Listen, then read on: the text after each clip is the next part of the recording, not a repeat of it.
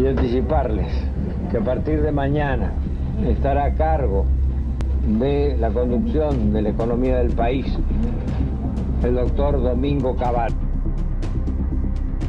Hemos debido adoptar medidas extraordinarias que van a tener una vigencia de 90 días, precisamente para poder asegurar el buen funcionamiento de la economía y sobre todo los ahorros de los argentinos. Por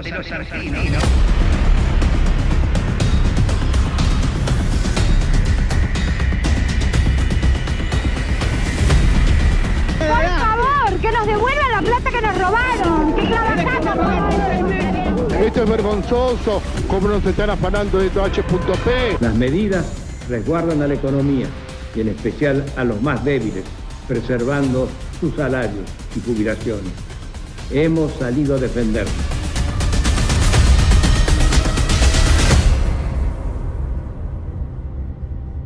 Se cumplen 20 años de la mayor crisis de nuestra historia. Con el Litoral ingresamos a la Casa Rosada para contarte aquel diciembre desde adentro.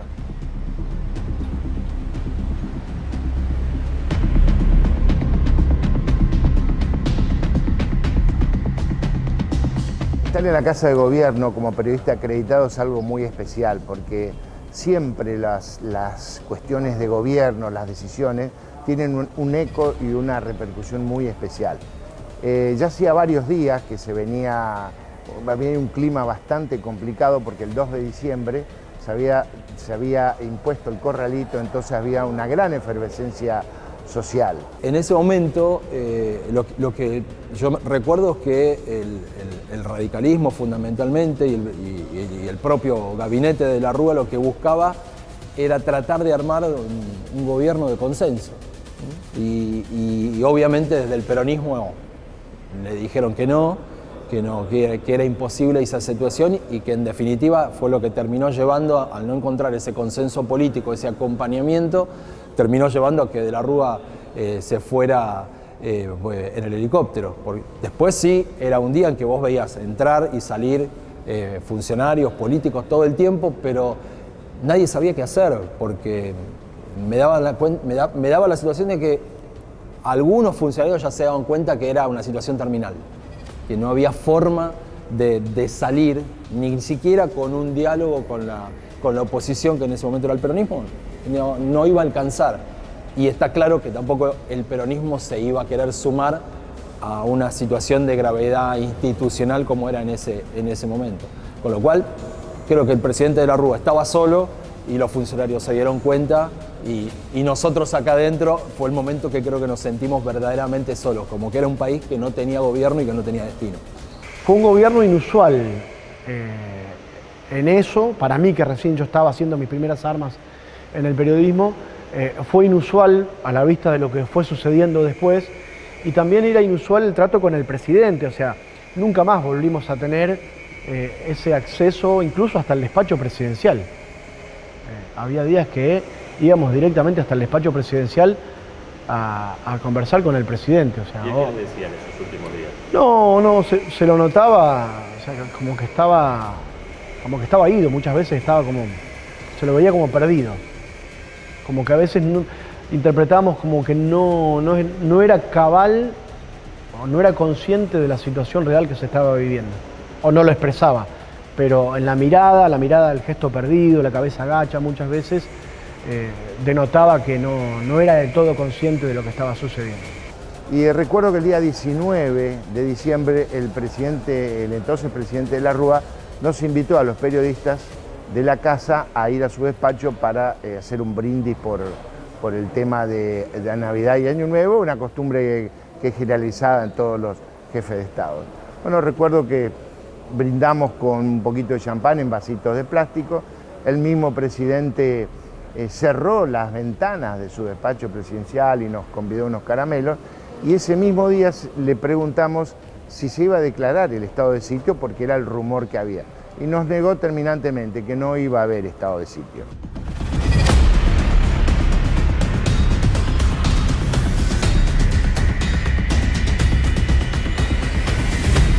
Para mí, ¿no? Más allá de que el ambiente ya venía mal, pero me parece que el punto de inicio se produce cuando De la Rúa se reúne en Cáritas, acá a una cuadra, con toda la dirigencia política, sindical, eclesiástica, empresarial, donde aparentemente se le propone un gobierno de coalición o un cogobierno, según decían los colegas de la época, ¿no? Pero ¿por qué te hago referencia a ese día? Porque cuando él sale, no sé de qué lugar viene un adoquinazo al coche del presidente. Esto queda acá 1,5 cuadras, o sea que yo nunca había visto una agresión al famoso móvil A que le dicen, ¿viste? Entonces, volviendo para gobierno, en mis pensamientos pensé que comenzaba a complicarse la situación, ¿viste? Él graba un discurso en el Salón Blanco, el día 19, tipo 6 de la tarde lo graba, donde anuncia el estado de sitio. Él estaba rodeado de su entorno, y yo con la cámara ahí, los camarógrafos de la televisión pública, y yo cuando escucho hemos decretado el estado de sitio, realmente por dentro sentí que no entendía nada, ¿viste? Realmente pensé que... Entonces se produce un stop en la grabación, yo pensé que iba a rectificar eso, que se le había ido, se retoma el discurso, y él lo vuelve a repetir. Yo dije, bueno, acá empieza el problema, ¿viste? Eso fue a las 6 de la tarde, que se graba. Ellos se levantan y se van. Se van de la casa de gobierno, él y su entorno. Y yo me quedé en el Salón Blanco, medio como mudo, y los muchachos que estaban filmando también.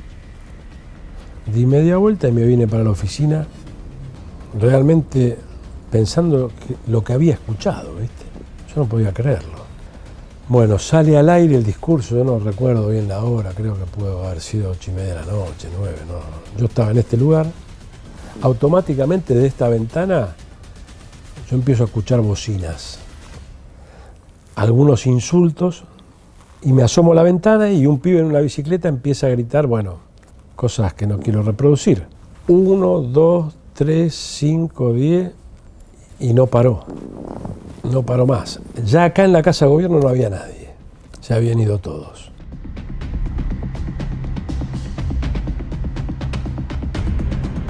Empezaron a llegar rumores de que venía una horda de gente a tomar Casa de Gobierno, y en ese momento Casa Militar tomó la decisión de cerrar Casa de Gobierno para que nadie pudiese ingresar ni salir.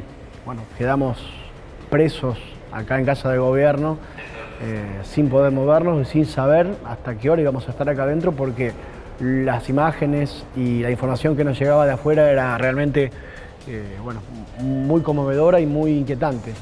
Hasta que en un momento pude salir, y la verdad que el panorama que me encontré afuera fue muy triste. La calle fue el momento más complicado, más difícil, porque me tocó, por empezar, el día en que las madres de Plaza de Mayo vinieron a la plaza y se encontraron con la policía, que las terminó arriando de manera muy violenta, incluso desde arriba de los caballos, tirándole los caballos encima, y hasta incluso tirándolas del pelo, arrastrándolas, sacándolas de la plaza, porque la orden era vaciar la Plaza de Mayo para que la gente no se viniera sobre la puerta de Balcarce 24 y Balcarce 50.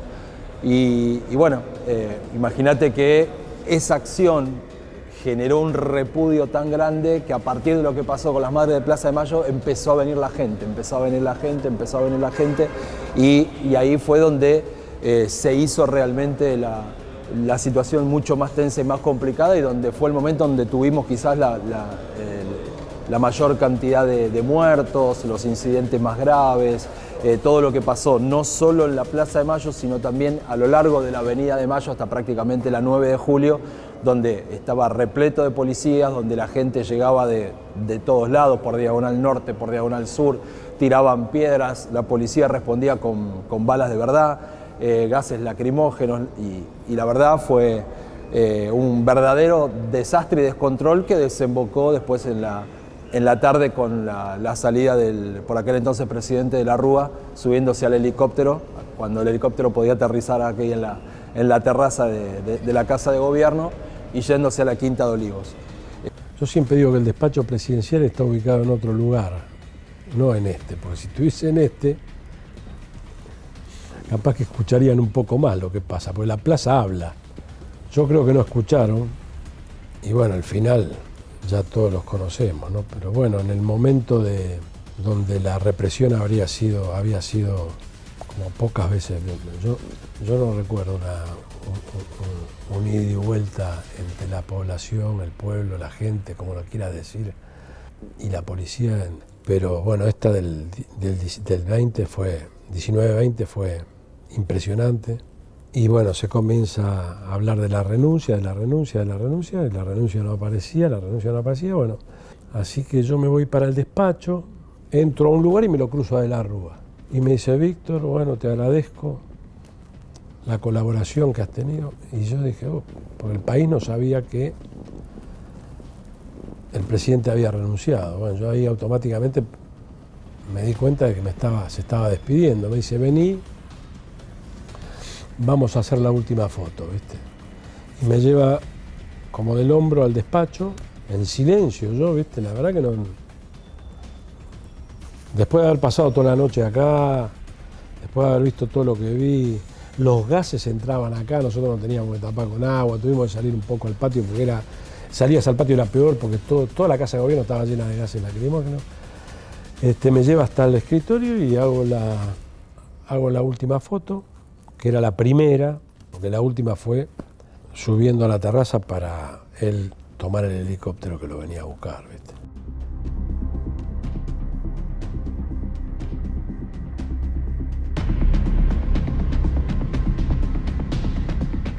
Subimos a la terraza, prácticamente lo acompañé yo, porque el lugar es un vericueto que no se usaba, es un ascensor y una escalera. Después había que pasar por algunas situaciones de hierro, herrería y demás que no había en esa época. Bueno, y al subir la escalera, él sube con el edecán, el jefe de la custodia presidencial, y no sé quién otra persona, no sé si había otra persona más. Yo me quiero subir, el jefe de seguridad, que era un hombre que había entrado hace pocos días a la Casa de Gobierno, no me reconoció, no sabía qué función cumplía yo me quería subir. Si podía subirme e irme con el helicóptero. En principio yo pensaba llegar hasta el helicóptero porque ya no era más presidente y mi función es fotografiar a los presidentes. Entonces ahí hubo un tironeo. Yo tenía dispuesto a dos compañeros míos que ya se habían reintegrado al otro día en distintos lugares, también no les permitieron sacar fotos, entonces yo revoleo y al revolear saco la foto esta que estás viendo.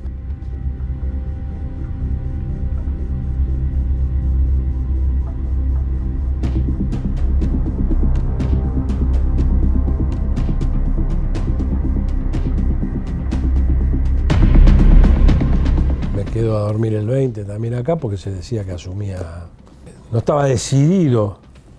Hubo un momento que no tuvimos presidente en la Argentina. Algunas horas no tuvimos presidente. Y al otro día aparece De la Rúa. ¿Viene De la Rúa? ¿Cómo viene De la Rúa? Si ya había renunciado. Y vino, bueno, yo lo esperé acá, había amanecido acá, estábamos tomando mate acá. Y llegó De la Rúa a la presidencia como expresidente y fue recibido como presidente. Una cosa de esos días, ¿no? Y entra caminando Fernando De la Rúa, como si no pasara absolutamente nada. Le decimos, pero presidente, ¿qué hace acá? No, vengo a retirar mis cosas, a ordenar algunos papeles que me quedaron.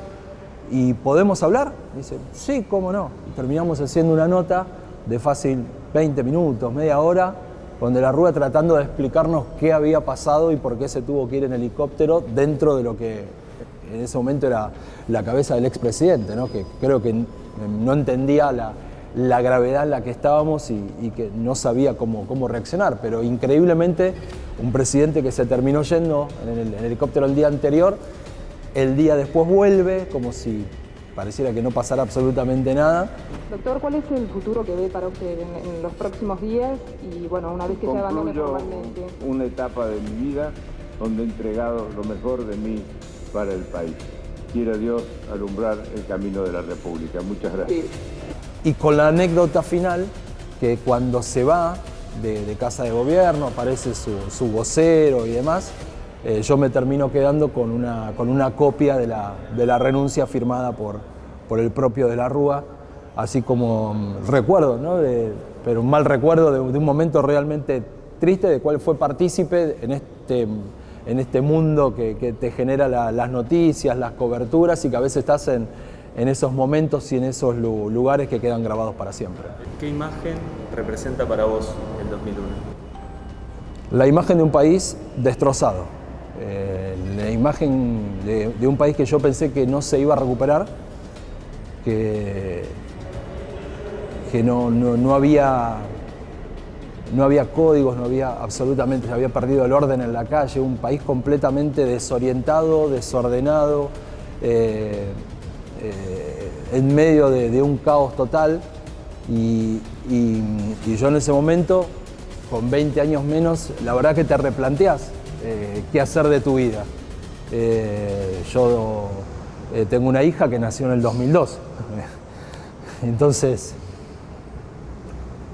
mirás para atrás y decís, ¿qué país le va a tocar a ella? Bueno, se pone mal. Sí. Es duro. Este país te hace sufrir mucho y te hace repensar hasta tu propia carrera, ¿no? Te hace pensar muchas cosas. Y uno siempre quiere darle a los hijos lo mejor, pero es difícil.